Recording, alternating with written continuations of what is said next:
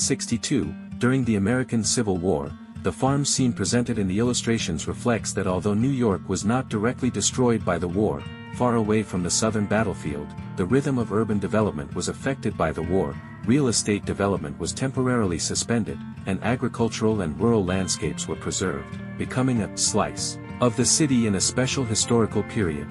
The scattered houses, farm fences, and dirt roads in the picture show the characteristics of rural settlements in the Upper West Side of New York in the 19th century, low density, agriculture-dominated, and primitive transportation. Compared with the high-density, reinforced concrete jungle of modern New York, it highlights the huge changes in the urban spatial form.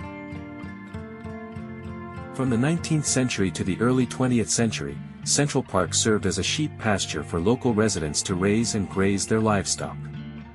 These natural elements became the foundation of the Central Park ecosystem, witnessing the preservation and transformation of the natural ecology during urban development, and are an important clue for studying the changes in New York's urban ecology. As a scene of the transition from a pasture to a modern park, the sheep owners in the West Central Park kept moving because they were worried that poor New Yorkers would eat animals, reflecting the social class differences and resource anxiety in New York from the 19th century to the early 20th century. The survival pressure of the poor and the protective psychology of the property owners for their private property, sheep, are intertwined, reflecting the social contradictions and class barriers at the time, and also reflecting the game between private resources and public use in urban public spaces. In the mid-19th century, Manhattan radically transformed its natural terrain, hills, for urban access, road and transportation network expansion.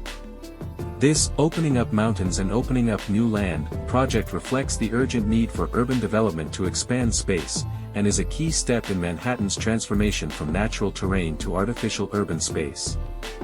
The excavation equipment, such as the prototype of a crane, and the labor team in the picture show the simplicity and labor-intensive characteristics of the engineering technology at that time. The large-scale earthwork operation highlights the huge scale of the project, and also reflects that urban construction in the 19th century relied on manpower and simple machinery, witnessing the arduous process of urban infrastructure construction.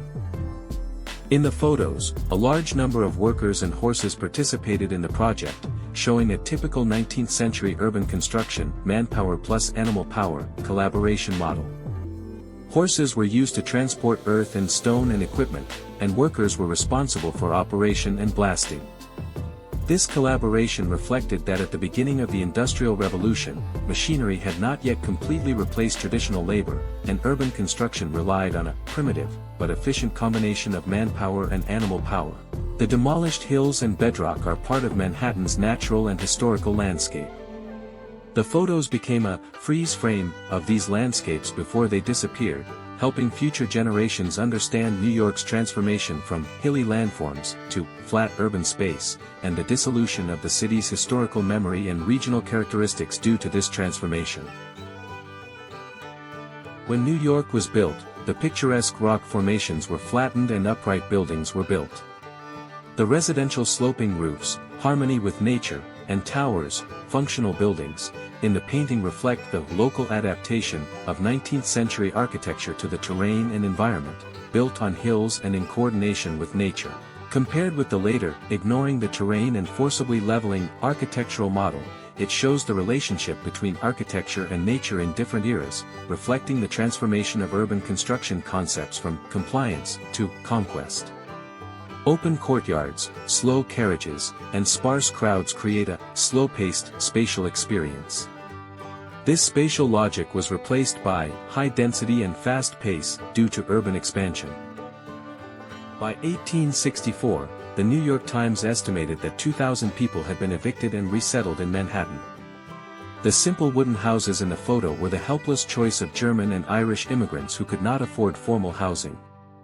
These self-built settlements show the immigrants' self-help survival strategy, using cheap materials, wood, to build temporary residences to form informal communities on the edge of the city, reflecting the extreme inequality of housing resources for immigrants in New York in the 19th century.